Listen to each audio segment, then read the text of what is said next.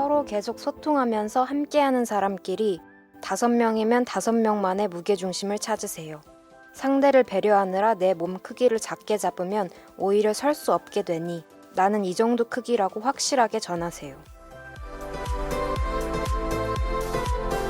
오늘 뭐 볼까 고민하는 분들을 위한 취향 추천 팟캐스트 책플릭스. 이번 에피소드는 영화 해피 아워 속 한 장면으로 시작합니다.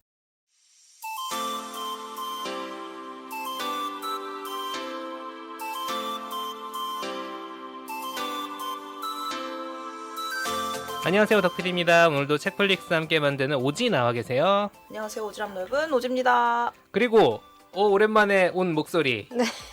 누구신가요? 돌아온 안녕하세요. 앙칼입니다. 와. 진짜 저희 책도 역시 잘할 수 오랜만이에요. 있어요. 근데 진짜 몇 년 만이지? 5년 한참만이요? 4년? 4년만. 예전에 책비 코로나 걸렸을 때 한번 왔던 것 같은데 뭐 몇 년 진짜 전이 중요하지 신입 때. 않았어요? 네. 중요하지 않아요? 한번 책플릭스면 언제든지 다시 소환될 수 있다는 점. 그렇죠. 음. 하지만 이제 뉴 보이스라고 하기엔 식상하다. 한 번밖에 안 나왔는데 그래도. 그래요. 아무튼 오늘 저희 여름 특집 계속 이어가고 있는데 길고 네. 긴 작품들 소개하고 있는데 저는 오늘 오프닝을 보면서 이런 생각이 들었어요. 어떤 무리나 집단 안에서 내가 어떤 비중으로 움직여야 되지?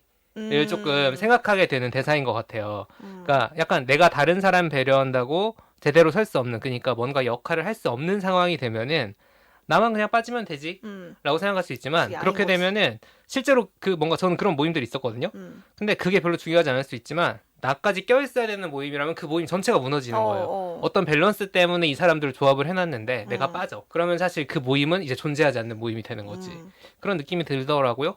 이게 진짜 관계 안에서 균형을 잡는다는 게 진짜 어려운 문제인 것 같고, 뭔가 가족은 물론이고 그 친구라고 하더라도 각자의 자리가 어떻게 균등하게 잘 배분되는 경우가 잘 없다 보니까 내가 이렇게 배려를 한다고 해서 상대가 나를 그만큼 배려를 해주고 이런 것도 사실 쉽지 않고 그래서 그런 부분에 대해서 뭔가 이 관계의 어려움에 대한 핵심을 찌르고 있는 말이 아닐까 이런 생각이 들었습니다. 특히 1대1 관계가 아닌 게 중요한 것 같아요. 여러 명이 섞여 있는 그 관계에서 약간 그 밸런스 그런 것들에 대해서도 좀 이 영화도 생각해 볼 수 있는 지점이 있지 맞아요. 않습니까?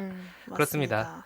사실 저는 이거를 이 워크숍에 나왔던 한 장면인데 제가 이걸 따라하면서 보고 있었거든요. 진짜 의자 세워봤어? 의자는 안 해봤는데 이 등을 맞대고 하는 건 해봤거든요. 아, 남편이 진짜 몰입해서 조금 설명을 드리면 요게 이제 영화 중에서 이제 신체를 사용하는 워크숍의 한 장면이고 참가자들끼리 서로 이제 등을 맞대고 앉은 다음에 서로에게 이렇게 힘을 주고 기대서 의지한 상태로 이제 뭘 붙잡지 않은 채로 우뚝 이렇게 일어나 보는 활동이에요. 근데 이게 너무 내가 세게 기대도 안 되고 그렇다고 내가 힘을 좀 너무 약하게 줘도 이 밸런스가 안 맞아서 둘이 적당한 딱 힘을 줘야만 서로 의지해서 제대로 일어날 수가 있는 맞아. 거예요. 이거 남편이랑 제가 해봤는데 생각보다 재밌어요. 해보세요. 추천드려요. 근데 그거 3명 이렇게 해보고 싶지 않아? 그러니까 저도 2명은 좀 쉬운 것 같고 해보고 2명은 사실 등 맞댄 다음에 서로 미묘하게 조정하면은 음. 힘 조절 되는데 이게 영화 보면 막 5명까지 하잖아요. 마지막 10명도 막 10명도 하고 막 시도를 하고 재밌을 것 같아. 그래서 이 장면은 5명이 시도해보는 장면의 어떤 설명인데 사실은 이게 미묘하게 5분의 1이 아니거든요. 이렇게 뭔가 서로의 역할과 그때 상황에 그때 따라서 각자가 서로 이제 참여하게 되는 아까 말씀드린 비중이랑 단어 쓰셨는데 그 비중이 미묘하게 달라지는 그 다이내믹도 느껴지고 이 영화 전체에서 이 주인공 그 등장인물들이 서로와 어떻게 조화를 이루고 균형을 이루어 나가는지 그 과정을 쭉 그리고 있기 때문에 이 영화를 대표하는 장면으로 제가 오프닝으로 꼽아왔고요. 네. 오늘 기나긴 여름밤을 달래주는 긴 작품 특집으로 제가 이 영화 한번 소개해 보려고 합니다. 얼마나 긴가요? 네, 정확하게 한국판으로는 5시간 20분. 와. 분으로 하면 317분입니다. 이제 아주 독특한 영화적 경험이 될 거라고 생각을 합니다. 분으로 나와 있잖아요. 보통 보면은 317분. 317은 보면은 한 번에 계산이 안 돼.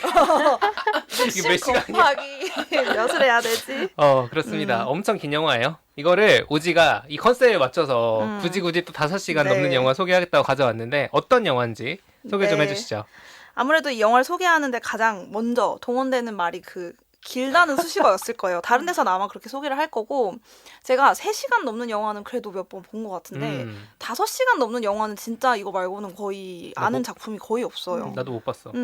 근데 감독은 아마 좀 친숙하신 분들 있을 텐데 드라이브 마이 카라는 작품으로 좀 최근에 잘 알려지신 하마구치 류스케 감독 작품이에요. 그래서 처음에 그 실험적인 그 느낌들이 가득 담겨 있는 영화라고 설명을 드리고 싶고 2015년 작품입니다. 이거. 네, 이게 국내에서도 전주 국제영화제를 시작으로 개봉은 됐었던 모양인데 주변에 본 사람이 그렇게 많지 않아요. 아마도 시간 때문이겠죠? 5시간. 저도 이게 되게 도전이었거든요. 그래서 도전 정신을 좀 불러일으키긴 하지만 그래도 다 봤을 때 일단 뿌듯하고요. 맞아요. 이런 영화를 내가 자보다니. 문제가 될 것 같아요. 제가 어제 11시에 밤 11시에 다 봤거든요. 보길 잘했다.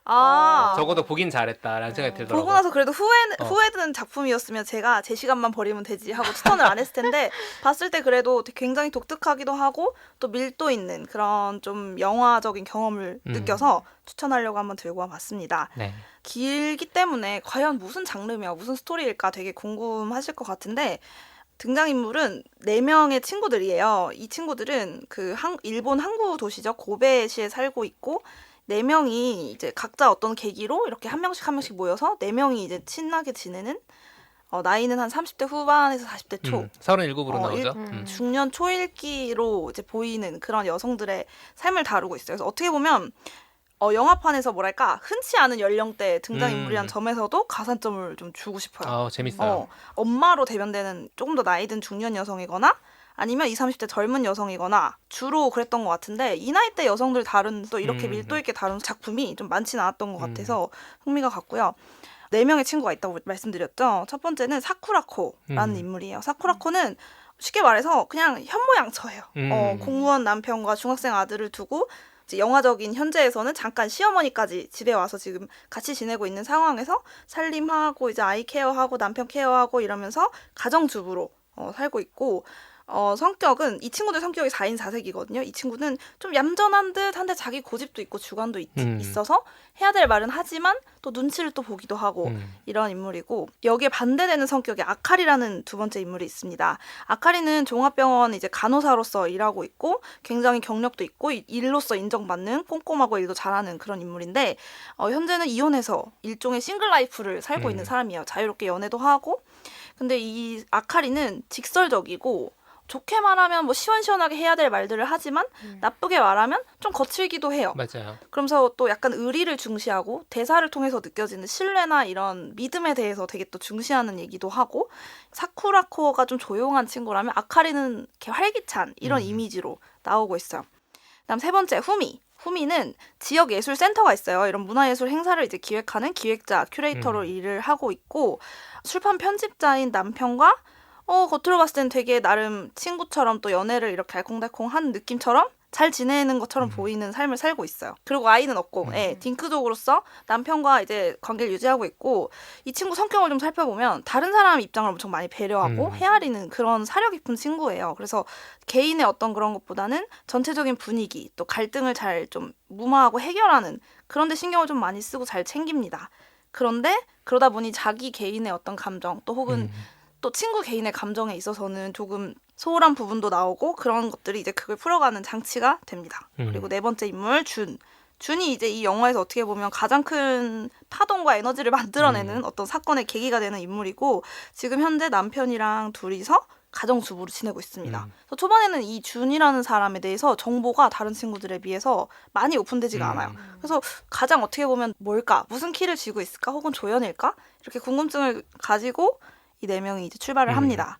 썼어요 지금. 쓰고 있어요? 안칼님 지금 쓰고 있어요. 우리 쉽지 않거든 책디가, 처음에요. 처음에는 이 4명이랑 친해지는데도 시간을 오래 많이 걸려. 써야 돼요. 책디가 우리 옛날에 소설 같은 거 설명해주면 막 시선으로부터. 가계도를 그리고 이랬던 추억이 있는데 또 앙칼님이 옆에서 메모를 하고 계시네요.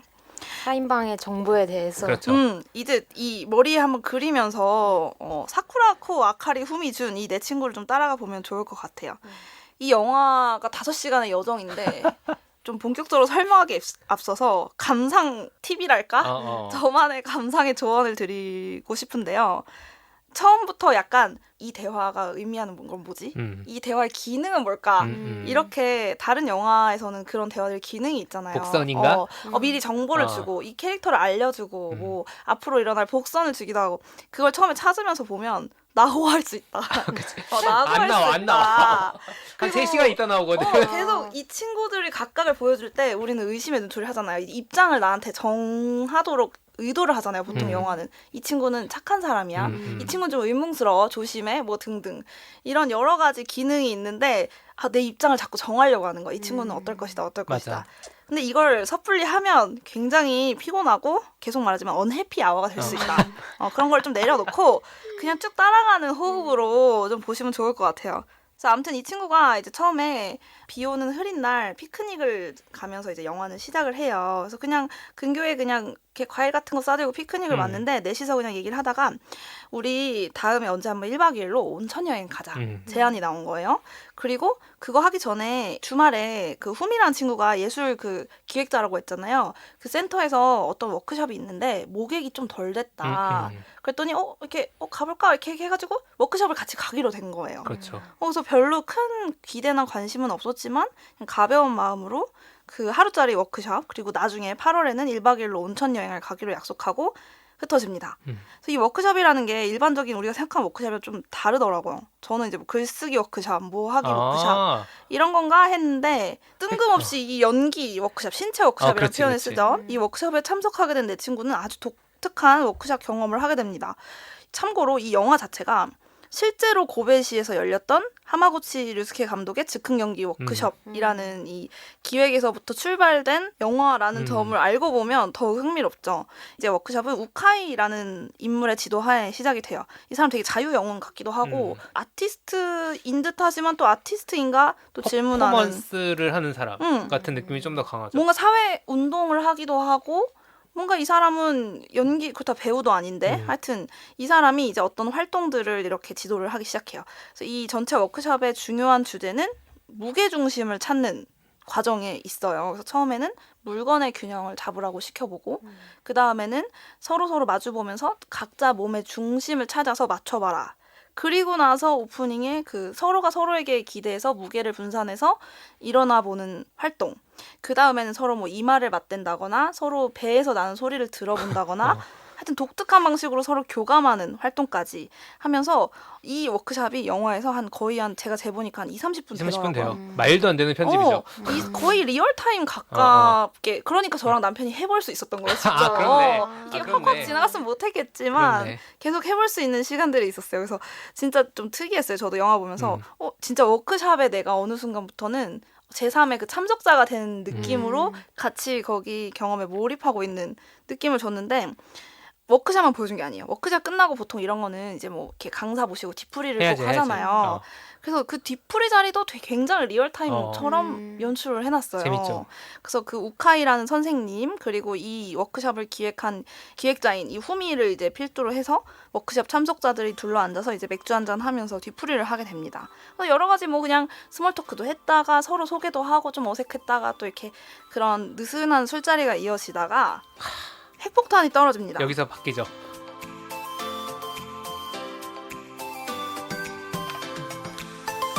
이 워크숍에 참석했던 내 친구 중에 한 명인 준이 갑자기 완전한 폭탄 선언을 딱 때립니다. 자기가 사실은 1년째 이혼 소송 중이고 내가 외도해서 이혼을 원하고 남편과 더 이상 살고 싶지 않아서 이혼 소송 가운데 있다. 남편은 이혼을 하고 싶지 않으니까 소송을 한 거죠. 이혼을 원치 않은 거죠. 이 준이 외도를 시작으로 자기는 이혼을 어. 원했고 남편은 반대했기 때문에 소송으로 이 과정을 지금 현재 진행형이다. 이런 폭탄을 던지고 친구들 어땠겠습니까? 그러니까 되게 충격이죠. 되게 오래 알고 지낸 친구들이고 비교적 별 이제 일상 얘기들 다 나눈다고 생각했고 심지어 오늘 막 서로 뱃속 소리도 듣고 되게 친밀하다고 생각했는데 온천 여행 가기로 했는데 이제 다음 달에 온천 여행 가야 되는데 나 이혼 소송 중이야. 심지어 아직 안 끝났어. 내가 바람 폈어. 내가 그리고 바람 폈어. 그러니까 너무 충격을 받은 거죠, 친구들은. 그래서 사실은 좀 놀란 것도 놀라고 놀람이 가시고 나니까 가지각색으로 이제 반항을 해요. 어떤 친구는 뭐 그 준의 입장을 최대한 헤아리려고 하는 친구도 있지만 서운해하는 친구도 있고 있을 거 아니에요. 저 같아도 그럴 것 같거든요. 고등학교 동창, 대학교 동창 갑자기 1년째 나 막 이런 일을 겪었어.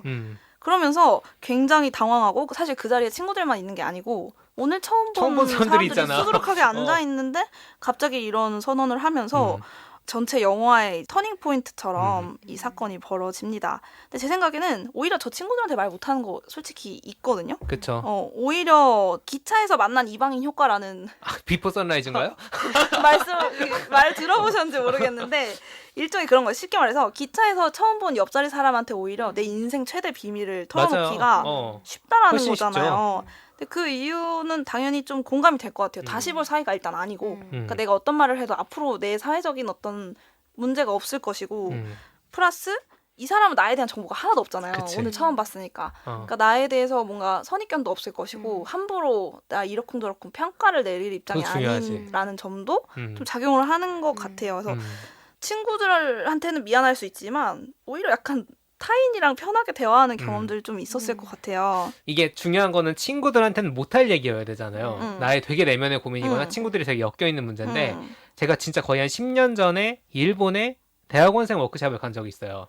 놀러 간 건 아니고 진짜로 한국, 중국, 일본, 대만 4개국에 이 비슷한 전공하는 석사과정 학생들이 모여가지고 네트워킹도 하고 9시부터 6시까지는 강의를 들어야 돼요.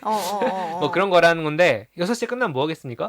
놀아야죠. 20대 그 대학원생 청춘들이 뭐 하겠어. 뒷풀이도 하고. 뒷풀이하고 합니다. 그때 이제 일본 대학원생들이 안내해줘가지고 막 힙한 동네도 가보고 약간 레트로한 술집도 가보고 했는데 거기서 옆에 앉아있던 어떤 아저씨가 선글라스 낀 되게 옛날에 그 이수만 프로듀서 같은 느낌이 나는 진짜 그런 착장이었어. 네. 그 착장을 하고 있는 아저씨가 자기가 케이팝 관련 산업에 일한다는 거야. 일본 일본 사람인데 사람인데. 영어로 말을 걸면서 그래서 뭐지 하고 이제 명함 보고 실제로 그 보니까 검색해보니까 실제로 우리나라 케이팝이랑 뭔가 하는 사람인 것 같아요. 하는 사람이고 막 얘기하는 거 들어보니까 맞는 것 같아서 막 재밌게 놀았단 말이야 새벽에. 근데 그때 내가 막 얘기하다 보니까 뭔 얘기까지 했었냐면은 그때 제가 전에 오래 사귀었던 여자친구랑 마음적으로 헤어지고 있는 상황이었어요. 아 진짜. 이별 통보까지는 아니었고 지금 이별이다 하는 것도 아니었는데 이제 마음적으로는 이제 거의 끝난 거야.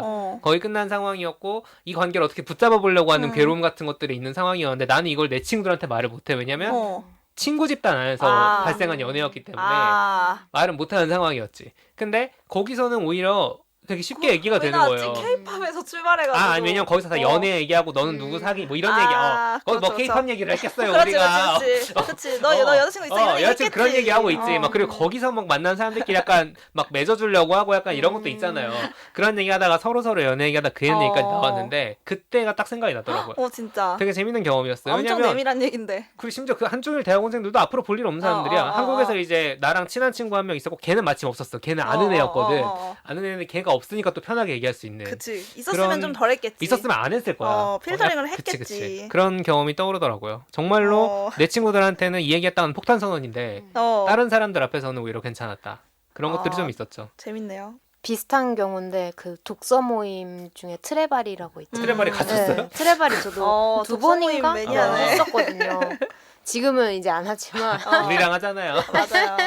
맞아요. 그래가지고 그때 갔었는데 사실 거기도 이제 막 한 달에 한 번씩 정례적으로 모이는 모임이기는 하지만 완전 다 생판 처음 보는 맞아요. 사람들이고 이 사람들이랑 관계를 유지를 할 건지 말 건지는 또 그냥 제가 편안하게 사실 어떻게 보면 선택을 할 수 있는 문제다 보니까 거기 가서는 뭔가 가족 관련한 고민이라든지 아니면 뭐 일이라든지 뭐 이런 얘기도 할 수 있게 되는 것 같고 뭐 저뿐만 아니라 거기 참가자들 다 더 편하게 얘기하는 게 느껴졌거든요.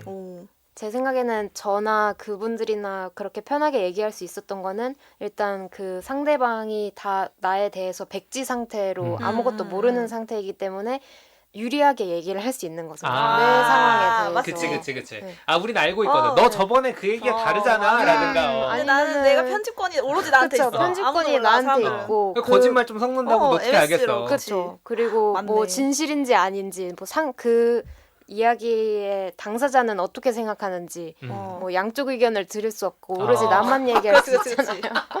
철저하게 유리한 그러니까 입장이네. 네. 뭐 누구 욕을 하거나 아니면 불만을 얘기하거나 해도 듣는 사람들은 다 그 사람의 그치. 입장에 몰입을 해가지고 그쵸. 얘기를 하니까 더 편하게 이야기를 하는 거구나라는 생각이 들었고 사주나 아니면 심리 상담 뭐 그렇네. 이런 거 맞네. 아닐까. 심지어 돈도 냈어. 들어줄 돈도 준비가 냈고. 완전히 돼 있는 상태야. 나는 확실히 지금 이 사람한테 털어놓을 마음의 준비를 한 채로 가는 거고 그치. 그치. 그거에 대한 대가도 지불한 어. 상태고 그치. 그러니까 오히려 털어놓을수록 좋은 거죠. 네, 어, 털어놓을수록 좋은 거니까 더 이야기를 하는데 거리낌이 없고 어, 그리고 또 맞아. 그런 거에 대한 수요는 계속 있잖아요. 있죠. 네, 그래서 챗GPT한테 안 하는 게 어디야? 그렇죠. 어떻게 보면 챗GPT도 그 아, 근데 일종인 거 챗GPT한테도 맞아. 그래서 솔직할 수도 있겠다. 그래.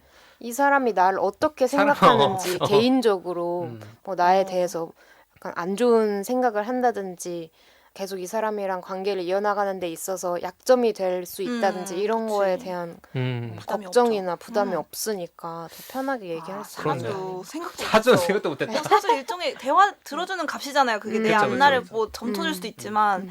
어쨌든 얘기를 털어놓게 되는 환경이라는 생각이 들었는데 되는 거죠. 저는 좀 갑작스러운 상황이었는데 제가 옛날에 이제 대학원 이제 수업을 듣고 밤에 거의 10시 넘어서 수업이 끝나서 집에 가야 되는데 제가 운전이 미숙해서 타이어가 터진 거예요. 아이고. 코너에 씹혀서 제가 어. 운전 잘못해서 음.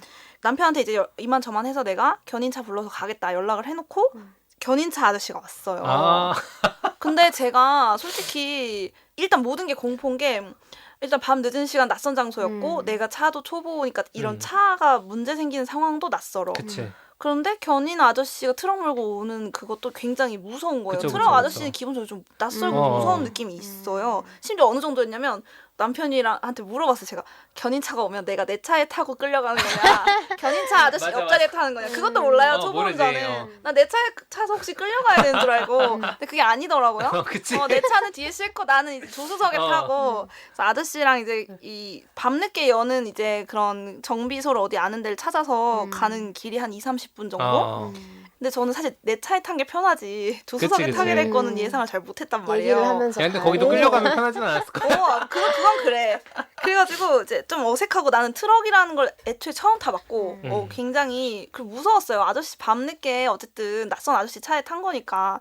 근데 아저씨가 머리도 막 노랗게 염색하고 좀 특이했어요. 내가 보는 그런 트럭 아저씨를 되게 이미지랑 힙하네. 달라. 좀 젊으신 편인 아저씨였고 근데 가는데 원래는 제가 평소 이제 택시 타거나 이제 뭐 어디 누구랑 갈 때 대화를 하는 걸 그렇게 선호하진 않아요. 그게 일로 느껴지고 그치. 이제 그 상황이 어쨌든 밤늦게 학교에서 오니까 이제 물어보신 거예요. 뭐 여기 직원이냐? 뭐 이렇게 학생이냐? 시작된 거예요. 제가 뭐 대학원생이다. 뭐 거기가 이제 근처 그 대학에 소속된 병원 앞이어서 의대생이냐? 그래서 아니다. 뭐 미디어 무슨 하다가 얘기가 슬슬 나온 거예요. 그래서 그럼 직장인이냐 하면서 갑자기 스몰 토크가 저도 홀린 듯이 막 멘붕이 이제 왔던 상태에서 뭔지 아시죠? 사람이 멘탈 붕괴되면 입에서 홀린 듯이 뭐가 줄줄줄 나오는 거. 제가 무슨 대학원 다니고 있고요.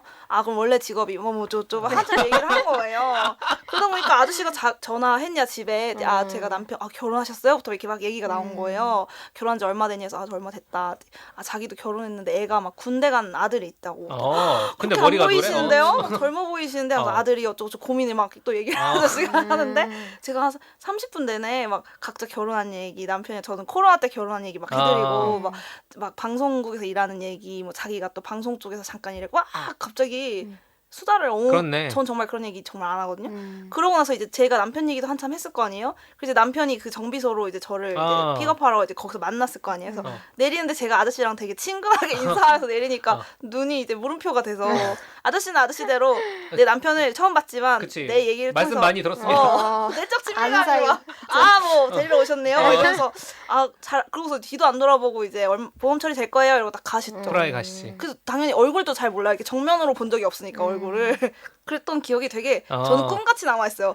내가 견인차 아저씨랑 30분 동안 트럭에 앉아서 이렇게 얘기를 하는 게 꿈인가 생신가? 별 중요한 얘기를 한 건 아닌데 어쨌든 그치. 그런 약간 꿈 같은 순간이 약간 있었어요. 정작 내 친구들한테는 그렇게 내 삶에 대해서 직업에 대해서 이렇게 각 잡고 얘기하는 일이 없거든요. 보통 스몰 토크를 하지. 근데 이 술렁술렁된 이 준의 입장으로 돌아가 보세요. 이 워크숍 상황으로. 처음 본 사람들도 이혼 뭐 어쩌고저쩌고 막 갑자기 떨어진 폭탄 선언에 오히려 낯선 사람들은 이렇게 놀라지 않고 그냥 그치. 쟤네 왜 친구 아니었나? 약간 그치, 이런 그치. 식으로 흥미롭게 보더라고요. 우리 친구들끼리 쌓여지니까. 친구들끼리는 너 서운해? 이러고 막 싸워. 싸우면서 이제 약간 어색한 상태로 이제 이 워크샵의 뭔가 시간은 마무리가 돼요. 영화적으로.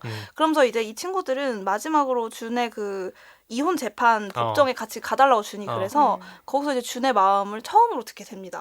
사실은 자기가 대화 없는 남편과의 결혼 생활에 너무 지쳤고 자기는 그 기계 같은 남편에게 정말 많은 희생을 하면서 살았고 더 이상 이렇게 살고 싶지 않다. 이런 입장을 사실 준의 입을 통해서 그 법정에서 친구들은 처음으로 접하게 됩니다. 이렇게 이제 폭탄의 어떤 전반부가 지나가고 어떻게 됐을까요? 이제 시간이 흘러서 온천 여행의 날이 다가옵니다. 어찌저찌 해서 온천 여행 가요? 뭐 친구들끼리 뭐 그렇다고 이제 손절한 게 아니고 그치, 이제 그치. 같이 이제 1박 2일로 이제 온천 여행 가요. 근데 뭐 하나의 특이한 사항은 후미 그 남편이 출판 편집자라고 했잖아요. 이 남편이 새로 이제 준비 중인 책에 그 젊은 작가가 있어요. 소설가. 그 작가를 데리고 온천을 주제로 한 작품을 준비하고 있어서 취재차 또 후미 친구들 운전도 해줄 겸 동행하게 돼요. 그래서 가서는 물론 따로 다니지만 하여튼 같이 가서 이제 친구들은 즐겁게 온천 관광도 하고 너무 재밌게 보내는데 중간중간 이제 그 남편이랑 작가 둘이 취재 다니는 상황을 이렇게 계속 마주치면 인사도 그쵸? 하고 막 그렇게 지나갔을 거 아니에요. 그래서 별일 없는 것 듯 보였는데 이제 밤에 이제 친구들 어디 여행 가면 잠옷 입고 이제 놀잖아요. 그치. 화장 싹 지우고 이제 한잔하면서. 이게 야식 먹으면서 수다도 떨고 그럼 딥토크도 하고 막 그러잖아요. 그런 상황인데 처음에는 막 다들 까르르 재밌게 놀다가 불쑥불쑥 이제 속마음이 그치. 나오는 거예요. 올라오는 거죠. 어. 진실의 시간이 옵니다. 홈이 너 오늘 불편해 보인다? 이렇게 얘기를 한 거야. 극. 누가 있을까? 그 직설적인 아카리가 얘기를 해요. 너 오늘 좀 곤두서 있다. 곤두서 있다. 괜찮냐? 불편해하는 기색을 이제 숨기지 못합니다. 왜냐면 그 소설가는 25살의 젊은 여성이고 자기가 생각하는 남편 타쿠야도 되게 매력적인 남성인데 또 일할 때 프로페셔널한 모습도 있고 그걸 방해하고 싶진 않은데 일하는 거를 둘이서 그렇게 계속 붙어 다니는 게 찝찝한 거야. 그래. 와이프 입장에서는. 그래서 그걸 두고 막 이렇게 얘기를 하면서 갑자기 덮어놨던 속내들이 불쑥불쑥 이렇게 튀어나오는 거예요. 두더지예요 거의. 서로 너는 너무 직설적이야. 아. 뭐 너는 너무 남 눈치만 봐. 그치. 너는 이렇게 남 신경을 쓰지 말고 네 얘기도 해야지. 너 왜 네 얘기 안 해? 너랑 너 남편 사이에는 약간 벽이 있는 것 같은데 저 여자애랑 있을 때 없는 것 같아. 막 이런 얘기를 해. 갑자기 막 흐린 눈하고 있던 진실을 갑자기 저도 깜짝 놀랐어요. 나라면 저렇게 얘기 못할 것 같은데 그러니까. 싶은 얘기들을 너는 얘기를 해라. 그때 네가 뭘 한다고 그래. 그치. 함부로 얘기하지 마. 나오죠. 이러면서 막 약간 불편한 이렇게 밤이 지나가요. 저까지 불편했어요. 왜냐면 저는 이미 그 친구들 5번째 친구거든요. 같이 워크숍 했고 같이 온천 관광했고 지금 나도 같이 그 뭐 유카타라 그러나 그 잠옷 입고 거기 있거든요. 지금 되게 불편한 시간이 막 지나가는 거. 주머니 속에 이제 뾰족한 거 숨겨놓으면 결국엔 찢어서 이렇게 튀어나오잖아요. 그런 느낌으로 서로 툭툭 찌르면서 이제 어려운 시간이 지나갔어요. 시간이 지나고 준의 그 남편이 이 새 친구를 찾아옵니다. 무슨 일이냐?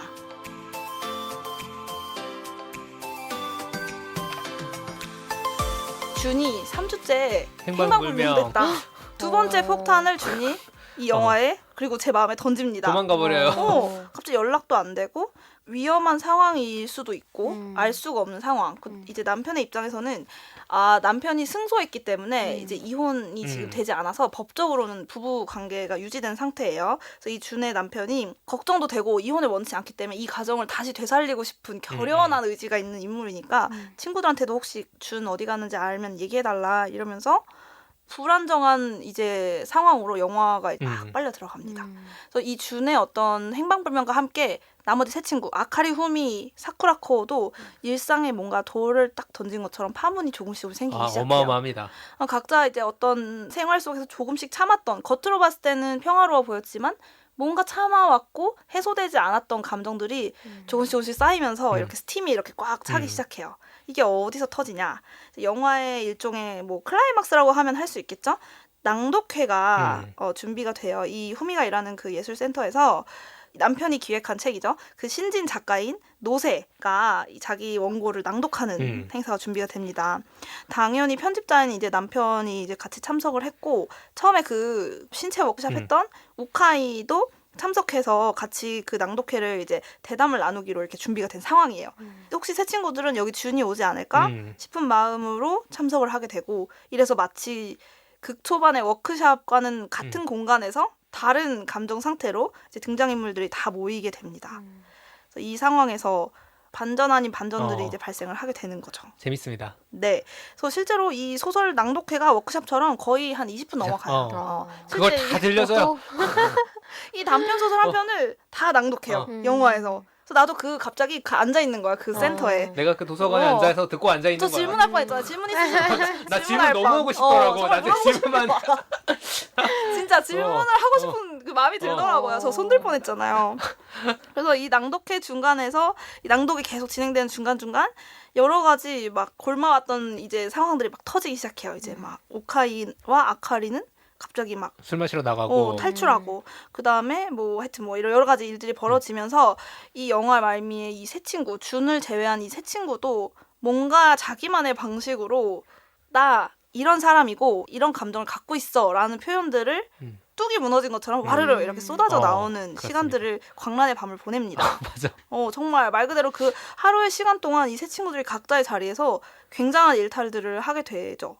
그래서 서로 되게 잘 알고 있었고 또 친하다고 생각했지만 오히려 그 친하다는 그 마음 때문에 이렇게 한 겹 덮어지는 사실들이 있는 거예요. 사실은 세상 사람들은 다 알아도 내 옆에 사람은 몰랐으면 좋겠는 이야기들이 생겨났던 거죠. 저는 그 마지막에 광란의 밤이 이제 다가올 때 사쿠라코가 이런 말을 해요.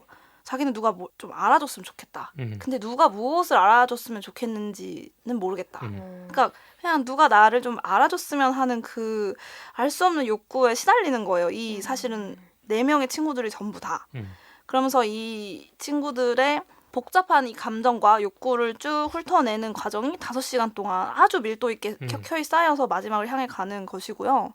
여기서 하나 더 나간다면 그 감상 방법을 한 가지 더 알려드린다면 워크샵, 낭독회 제가 얘기 드렸듯이 거의 20-30분을 진짜 리얼타임처럼 보여줘요. 그래서 마치 제가 참석한 사람의 1인이 된 것처럼 느껴지거든요. 이거는 뭐 아마 의도적으로 그렇게 연출을 했을 거예요. 심지어는 그 뒤풀이 자리, 그 맥주 한잔 하는 자리도 좀 같이 술 먹는 기분 나지 않으셨어요? 그리고 나도 할 말 너무 많아. 저도 막 얘기하고 싶은 거예요. 나 할 말 너무 많거든 그때. 막 저는 이렇게 인터뷰병이 도져가지고 물어보고 싶은 게 많은 거예요.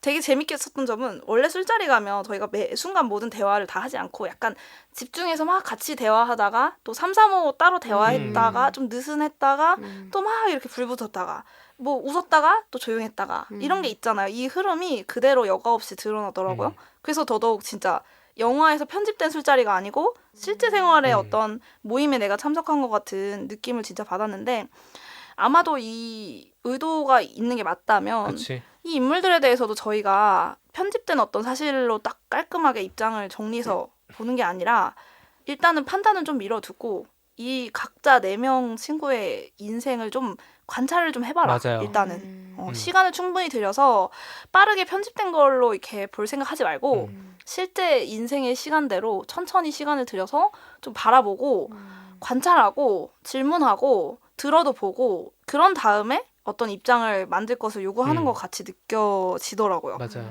그래서 이 영화의 형식도 그런 이유에서 선택된 것들이 아니었을까 제 나름대로 생각을 해보자면 그래서 재밌어요. 낭독해도 그 소설의 내용도 내용이지만 그걸 듣는 이 각자 이 친구들의 얼굴 표정이 다 다르고 리액션도 다르고 거기 담긴 각자의 욕망과 어떤 현실의 문제들이 투영이 돼 있을 것이고 그거를 쭉 따라가면서 같이 호흡하는 그런 영화였다고 생각을 합니다. 인류학이나 이제 미시사 같은 거 연구하는 사람들이 어떤 사람의 인생을 되게 열심히 들어서 그거를 이제 보여주는 구술사 같은 방식들이 있거든요. 그거를 영화로 그리고 여러 명의 거를 합쳐놨다는 느낌이 좀 들었어요. 그래가지고 우리가 영화를 보고 나면 보통 영화에 소위 말하는 이제 주제의식이라는 게 있잖아요. 그렇죠. 그 주제의식을 뭐 굳이 뽑으라고는 뽑을 수 있는데 이 영화도 그 주제의식을 뽑아내기 위해서는 이 사람들의 인생에 대해서 그냥 2시간의 분량의 4명의 삶을 압축하거나 한두 명의 중심 인물만 가지고 가기보다는 4명을 다 보여줬어야 된다.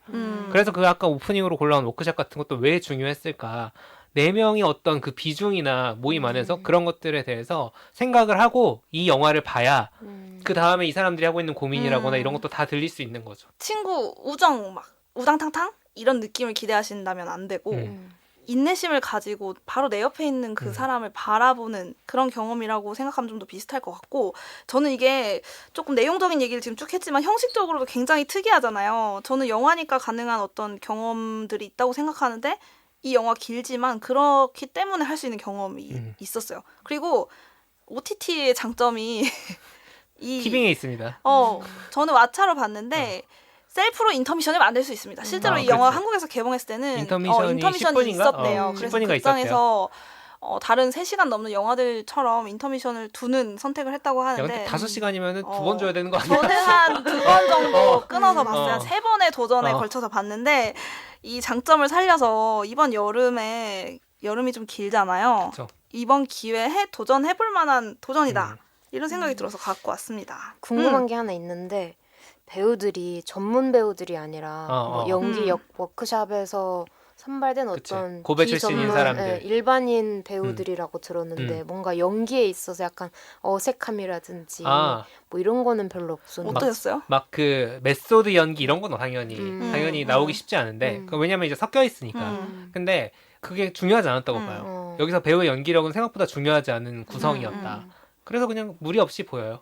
오히려 배경에 잘 녹아드는 느낌은 있어요. 음. 그 전문 배우를 사용했을 때는 감정선이나 이런 것들은 훨씬 더 풍부해질 수 있겠지만 그 일상이라는 배경에 이렇게 완전히 찰떡으로 녹아들기가 어려울 때가 있는데 진짜 자기 집에서 찍은 느낌이 드는 쉽게 말하면 그렇죠. 진짜 다큐멘터리 카메라 들고 들어간 느낌처럼 이 사람들이 정말 이런 일상을 어디선가 살고 있을 것 같은 그 핍진성이랄까? 약간 그런 리얼리티는 있었고 저는 또 조연들도 다 아마추어 출신들이라고 하고 실제로 때로는 그게 좀 느껴져요. 조연들은 좀 더 톡톡된 좀 심하게 있어. 느껴지던데? 그게 오히려 되게 읽으시네? 약간 어느 이런 순간 느낌이 있어. 되게 어. 지자체에서 만드는 그런 유튜브 아세요? 그런 약간 느낌이에요. 조연들은 좀 막 되게 뚝딱거리는 모먼트가 있었지만 주연들은 굉장히 잘 녹아들었다고 생각하고 실제로 맞아요. 4명이 공동으로 여우주연상을 한번 받았을 거예요. 제가 알기로는. 그리고 제가 이 영화를 어떤 분들에게 추천하냐면은 조금 더 그러니까 내가 일상이 지금 뭔가 멈춰있는 듯한 느낌이 들고 갇혀있는 듯한 느낌이 들었던 주인공들이에요. 그게 되게 중요하거든요. 각자 상황도 다르고 가족의 형식도 다르고 누군 돌싱이고 누군 이혼소송 중이고 하지만 그들의 중요한 거는 답답함이 있는 거야. 그리고 뭐 그 이혼 소송을 하다 보니까 막 재판에서 그런 거 물어보거든요. 둘이 대화가 있었냐? 그럼 yes or no가 아니거든. 대화는 있었는데 사실상 알맹이 있는 대화가 없었다. 이 얘기를 계속 하는데 나는 그게 뭔 말인지 너무 알겠는 거야. 그리고 그 이혼 소송의 당사자는 준이지만 다른 친구들의 부부 생활도 그 대화를 계속 보여주거든요. 가족을 보여주면은 저게 지금 숨이 답답할 때가 있어. 내가 숨이 막혀오는 순간들이 있는 거예요. 그런 거를 조금 가지고 계신 분이라면은 이 주인공들에게 훨씬 더 이입해서 볼 수 있다. 물론 이 주인공들 같은 선택을 하시라고 추천하진 않습니다. 네, 이 광란의 마음은 아무나 이게 할 수가 진짜 없어요. 그리고 이게 지금 막 5시간이니 뭐 약간 그리고 막 고배를 배경으로 약간 고즈넉한 이런 거를 했지만 사건들 자체가 되게 크고 이게 나중에 광란의 밤 거기서는 진짜 도파민이 터져요. 아니? 이거를 막 위해서 4시간 반을 쌓아왔구만. 약간 이런 느낌이 들 정도로 이렇게 간다고? 터집니다. 약간 네. 저랑 남편이랑 눈이 동그래져가지고 아니 이렇게까지 바뀐다고? 그렇죠. 이런 느낌이 좀 들었어요. 그런 것들도 기대해 보실 수 있다. 저도 추천을 드린다면 아까 뭐 영화적인 어떤 그런 것도 있지만 방금 말씀해주신 그 일상에 뭔가 숨이 이렇게 아직 익사할 정도는 아닌데 목까지 물이 찰랑찰랑 차 있는 듯한 느낌 받을 때가 있잖아요. 뭔가 해소가 안 되는데 어떻게 해소할지 모르겠어. 친구도 만나고 할 거 다 하고 놀 거 노는데 안 돼. 그랬을 때 좀 보면 실마리를 좀 찾을 수 있지 않을까? 그리고 제가 이제 오프닝에서도 가져왔지만 균형이라는 거에 대해서 다시 생각해 볼 필요는 있을 것 같아요. 내가 친구랑 어떤 관계, 남편이랑 어떤 관계, 뭐 회사와 어떤 관계에 있어서 분명히 다 각자 열심히 잘 하는데 왜 이게 뭔가 일방적이라는 느낌이 들까? 라고 했을 때 이 장면을 좀 떠올리면서 한번 실마리를 찾아보셨으면 좋겠습니다. 그래서 여러분의 해피아워가 언제가 될 것인가 그것들도 좀 생각해 볼 만한 것 네. 같아요.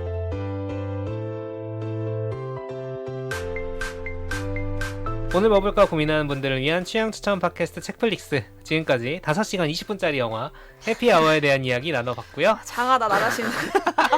이걸 보다니. 그렇죠. 나도 정말 이번 달에 한 일 중에 제일 잘하네. 성취감이 장난 아니에요 지금. 자 이제 클로징 코너입니다. 요즘 뭐 맞지? 오늘은 앙칼님이 준비했습니다. 네. 저는 뭐 요즘 한창 유행했던 에이 네. 한참 늦었다. 네 늦었죠. 많이 늦었네. 맞아요. 나 뭐가 좋아하는지 아는데 많이 늦었는데 좀? K-pop 데몬헌터스 넷플릭스 애니메이션 영화를 가져왔고요. 이거 저희가 방송 네. 중에 떴으면 무조건 다뤘을 영화긴 하죠. 어떻게 보셨나요? 그러니까 저도 사실 이거 열풍 막차를 타고 음. 뒤늦게 봤는데 저는 사실 애니메이션 장르를 그렇게 선호하진 않아가지고 음. 기대를 안 하고 봤는데 생각보다 되게 몰입해서 봤거든요. 역시 음악 PD예요. 근데 물어보면 사람마다 약간 몰입 포인트가 좀 달라. 달라. 어떤 맞아요, 부분이셨어요? 맞아요. 음. 기본적으로 사람들이 얘기하는 건 뭐 K-팝, 한국 전통 문화, 뭐 음. 영웅 서사 이런 거에 어떻게 보면 흥행 칙트키를 총 집합시킨 거여가지고 각자 이제 흥미를 느끼는 요소들이 다 달랐을 것 같은데 사실 저 같은 경우는 되게 개인적으로 음. 어렸을 때 제가 되게 좋아했던 만화 영화가 있었는데 교육용으로 봤던 음. 영어 만화 영화가 있었어요. 뭐예요? 토탈리 스파이스라고 되게 이게 모르겠다. 디즈니 오. 채널에서 하는 거지. 아. 케이블 채널. 근데 제가 되게 그걸 좋아했었는데 파워퍼프 같은 건가? 네, 그런 느낌인데 파워퍼프걸의 약간 그 어른 버전. 스파이 요즘엔 스파이가 그 스파이예요? 세 명의 여학생이 낮에는 대학 생활을 하고 밤에는 아. 스파이 역할을 하는 이중 생활을 하는 그런 그렇네. 거고 제가 또 어렸을 때 세일러문 이런 걸 아, 좋아했어가지고 K-pop 대본 헌터스 네. 개봉에 있죠. 예. 계보가 계속 네. 그렇게 이어지는 거예요. 근데 이게 혹시 밤에 뭐 해요? 우리 대신 혼문을 어떻게 지키나요? 보면 그 슈퍼맨의 비슷한 어. 이야기인 거죠. 이야기 구조인 거죠. 근데 이게 심지어 한국을 배경으로 한 한국에 대한 영화가 나오니까 되게 신기하고 뭔가 동심으로 돌아가서 뭔가 옛날 생각이 나면서 이거는 10대 초반 어린 소녀들에게 무조건 먹힐 수밖에 없구나 아. 이걸 느꼈었고 줄거리를 근데 안 보신 분들 계실 테니까 제가 간단히 설명을 해드리면은 K-팝 데몬 헌터스잖아요. K-팝 스타들이 데몬 헌터스. 데몬을 잡는 얘기예요. 쉽게 말하면 그런 상황이고 설정이 조금 이제 뭐 유치하다고 보시는 분도 있지만 장벽이에요. 설정이 제일 장벽이에요. 저도 네. 볼 생각도 못했어요. 줄거리만 보고. 근데 그거에 대해서 너무 생각을 하고 보면은 맞아. 오히려 맞아. 힘들어요. 그러니까 악령들이 시시각각 그 인간 세계를 노리고 노리지. 있는데 어. 그거를 막을 수 있는 힘이 K-팝 아이돌들 혹은 이제 그 맞아, 계보, 맞아. 음악으로서 막 옛날에는 뭐 무당 같은 무당이 막 것들이 춤을 추면서 있었고 막았고. 그 계보가 있어가지고 그 힘을 그 사람들이 이제 뭔가 이거를 그들에게 열광하는 힘으로 어떤 게이트 같은 게 있는 거고 그거를 막고 있어야 되는데 이제 그 현대 그걸 하고 있는 것이 K-팝 아이돌들이다. 아이돌이다. 지금 대회는 그게 여돌이에요. 그 헌트릭스라고 하는 3인조 여돌이고 이들이 이제 이걸 잘 지키고 있으니까 악령들 입장에서는 저걸 깨뜨려야 돼. 그럼 저걸 무너뜨릴 수 있는 애들을 보내자 해서 남도를 보냅니다. 그래가지고 여돌과 남돌의 대결 구도도 차트 있고 대결을. 네. 그 안에서 이제 뭐 자기 존재에 대한 고민이라거나 우리 K-팝에서 흔히 다루었던 어떤 여러 가지 서사들 나는 왜 나 괜찮은 걸까부터 시작해서 자존감 낮은 문제라거나 가족과의 갈등이라거나 성장이라거나 이런 것들이 다 버무러져서 뭐 노래들로도 나오고 서사로도 풀어지고 뭐 연애 같은 비슷한 느낌도 조금은 있고 그래서 결국에는 이제 그 악령들과 어떻게 되느냐 이제 뭐 그런 얘기예요. 이렇게 얘기하니까 되게 유치하다. 근데 이렇게 얘기하면 유치한데 여러분 이거 영화는 서사를 가지고 보시는 게 아니에요. 맞아요. 어떻게 생각하세요? 서사를 가지고 보는 게 아니라는 평가에 대해. 서사도 재밌었는데 아, 이게 재밌어요. 성장 서사거든요. 이게 맞아요. 기본적인 전형적인 성장 서사 구조인데 그리고 히어로물이고 근데 이거에 어떤 부품들이 전부 다 못 보던 것들이라서 우리가 좋아하는 그 스토리를 새롭게 보는 거기 맞아요. 때문에 지겹지 않아요. 그러니까 지겹지 않습니다. 이거 다 그런 짤 많이 보셨을 거예요. 본 후기들은 정말 보기 전 엥 뭐야 하다가 보고 나서 쾅꽝 이러서 노래 쏘다파 막 노래 부르고 지금 유튜브 차트에 유튜브 뮤직 차트에 1위부터 10위 안에 점령했어요. 5개인가 맞아. 그 노래가 다 들어 있어요. 근데 제가 걱정했던 거는 주인공도 그렇고 이제 상대방이죠 빌런 입장의 그 남들도 그렇고 과로가 너무 걱정돼요. 저는 이런 아까 그 토탈리 스파이 그런 사람들, 그러니까 홍길동이 뭐지 밤과 낮이 좀 다른 그치. 그런 그 소재는 진짜 걱정돼요. 근데 낮에도 과로. 빡센 직업이잖아. 낮만 해도 빡세. 보통 낮에 안 끝나. 그리고 아이돌은 밤에 하는 일들 있잖아요. 예능도 찍어야 되고 연습도 해야 되고 뭐 광고도 찍고 근데 밤엔 또 혼문을 지켜야 돼. 악령들이랑 싸워야 돼. 그래서 그러니까 목이 안 나오지. 저는 그럴 수밖에 없다. 이거는 과로의 네. 치명적인 결과물이다. 아무튼 생각이 그렇습니다. 들더라고요. 저희가 너무 떠들었는데 사실 보니가 없는 자리에서 캐대언을 하는 게 너무 다행이다. 캐대언 얘기만 2시간 할 인간이기 때문에. 본이가 왔으면 녹화가 길어졌을 거예요. 네. 자, 아무튼 주거리랑 이제 저희의 감상은 그렇고 안칼님은 어떻게 보셨나요? 그러니까 제가 음악 PD라서 이걸 봐야 되나 하는 생각도 계속 하다가 그치, 그런데 그치. 미루다가 결국에는 봤는데 여러분 제가 하던 네. 이봉구의 어떤 거요라는 프로그램을 저 친구가 하고 있습니다. 많이 현처럼 이렇게 들어주세요. 오픈한다고요. 많이 들어주세요. 그러니까 막 최근에 유행하는 K-팝 아이돌뿐만이 아니라 옛날 가요들도 좀 이렇게 배경음악으로 깔리거나 맞아요. 듀스 서태지. 네네 그런 부분들도 있고 또 곳곳에 보면은 그 K 드라마들 있잖아요. 도깨비라든지 맞아. 그 킹덤 사극 킹덤에서 나오는 그런 요소들이나 장면들을 어떻게 오마주한 것 같은 요소들이 곳곳에 보이더라고요. 그리고 외국에서 유행하는 K 드라마 밈이 있거든요. 약간 클리셰적인 그치. 부분들, 뭐 남자 남녀 배우가 주인공이 어떻게 될 때라거나. 네, 뭐 약간 멋진 척하는 이렇게 여주가 쓰러질 때 잡아주는 잡아주고 그런 슬로우 모션 장면. 걸리고 네, 슬로우 모션 이러면서. 걸리고 플러팅하는 어. 장면, 아니면 뭐 여주와 남주의 협관으로 그치. 시작되는 로맨스 서사, 막 이런 게 다 외국인들이 보는 K-드라마 밈들도 다 약간 어떻게 보면 유머 요소로 들어가 있더라고요. 그래서 뭔가 이스터에그 찾듯이, 특히 이제 한국인들은 주인공들이 먹는 뭐 떡볶이, 분식, 그치. 뭐 라면 음. 이런 거나 뭐 일정 다 끝나고 휴식할 때 가는 목욕탕 뭐 이런 것도 그리고 곳곳에- 소파 놔두고 어. 바닥에 앉아있기. 네. 뭐가 안 나온다고 맞아, 맞아. 한의원 가는 거. 맞아, 한의원 한약 먹고 한약재 뭐 먹는 이런 거 몸 허하다고. 이런 것도 그냥 곳곳에 찾아볼 수 있는 재미 요소들이 음. 많아가지고 그런 거 찾는 재미로도 볼 수 음. 있었던 것 같고, 그 뭐 전통 문화 같은 것도 되게 고양이가 나오잖아요. 네, 맞아요. 그게 주인공 그 여주와 남주 사이에 이제 메신저 역할을 하는 호랑이랑 까치가 있는데 이것도 민화 호작도에서 영감을 받았다고 하고 아무튼 곳곳에 살펴볼 수 있는 그런 요소들이 많아가지고 재밌게 볼 수 있는 것 재밌어요. 같아요. 그러니까 서사가 뭐 빈약하다는 평이 있긴 하지만 음. 말씀하신 것처럼 익숙한 우리에게 익숙한 이야기, 그리고 케이팝에 많이 담겨 있는 이야기를 저는 그냥 잘 풀었다고 생각을 하고, 이거는 그 PV라는 개념이 있어요. 요즘 쓰는지 모르겠는데 이제 일본의 애니메이션이나 그쪽 서브컬처에서는 많이 쓰는 건데, 그 PV처럼 그 노래가 있고 기본적으로 그 노래와 뮤직비디오들이 있고 그 뮤직비디오에 붙이는 이야기를 나중에 애니메이션으로 제작하거나 이런 제작 방식도 있거든요. 저는 그냥 뮤직비디오 5개짜리 PV를 잘 이어놨다 라는 느낌으로도 좀 보이더라고요. 아, 기본적으로 완성도가 높아요. 이런 건 또 봐줘야 되거든요. 완성도 높은 거는 봐주면 좋죠. 그리고 노래가 좋아요. 음. 저는 이제 골든을 커버한 거를 아, 너무 많이 봤어요. 거기서 한 커버가 20개를 봤는데. 진짜 많아요. 아무튼 여러분, 이게 핫한 데는 다 이유가 있습니다. 꼭 한번 챙겨보시기 바랍니다. 오늘 준비한 얘기는 여기까지입니다. 방송 들으시면서 떠오른 생각이나 또 다른 추천작 있으시면 댓글로 많이 남겨주시고, 주변에 책플릭스 입소문도 부탁드리면서 다음 주에 저희는 새로운 목소리와 함께 또 새로운 에피소드로 돌아오겠습니다. 청취해주신 여러분 고맙습니다. 감사합니다.